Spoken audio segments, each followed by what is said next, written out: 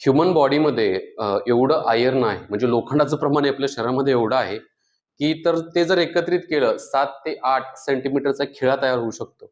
एवढं आपल्या शरीरामध्ये काय तर लोखंड आहे. ओके, ठीक आहे. हा एक विनोदाचा भाग म्हटलं. थोडं आयर्नच्या बाबतीमध्ये आपण माहिती घेऊया.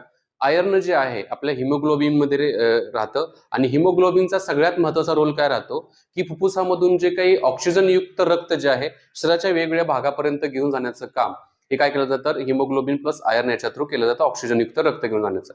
याच्यातून काय मिळत असते, एनर्जी, ऊर्जा मिळत असते. त्याचबरोबर जे काम करण्याची क्षमता वाढत असते आणि त्यामुळेच आयर्नचा रोल जो आहे ह्युमन बॉडीमध्ये खूप महत्वाचा आहे.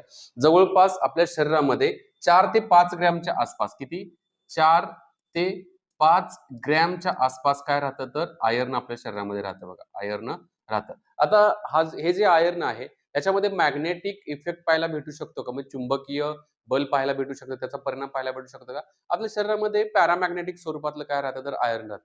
सो एवढासा फरक काय भेटत नाहीये. पण हा, ज्यावेळेला एखादी स्ट्रॉंग MRI मशीन राहते ना, आपल्या शरीराचे जे MRI स्कॅनिंग केलं जातं तर त्याला थोडंफार डिटेक्ट होऊ शकतं की आपल्या शरीरामधलं जे काही आयर्न आहे ते. आता समजा आयर्नचं प्रमाण जर आपल्या शरीरामध्ये कमी झालं तर त्याचा इफेक्ट काय होऊ शकतो, तर आयर्नचं प्रमाण कमी झालं तर ऑक्सिजन युक्त शरीरापर्यंत पोहोचणार नाहीये आणि हिमोग्लोबिनचं प्रमाण पण कमी होणार आहे आणि त्याच्या माध्यमातून जो विकनेसपणा आहे ना, तो विकनेसपणा येतो. सगळ्यात जास्त आयर्नचं प्रमाण कुणाला लागतं, ज्या गर्भवती महिला असतात ना, तर त्यांना आयर्नचं प्रमाण सगळ्यात जास्त लागतं. जर त्याचं प्रमाण जर कमी झालं तर अॅनिमिया वगैरे पाहायला भेटतो. इंडियामध्ये बघा जवळपास 50% वरती ज्या महिला ज्या आहेत ना त्यांना अॅनिमिया पाहायला भेटतो because of the deficiency, iron deficiency त्यांच्यामध्ये पाहायला भेटते. ठीक आहे.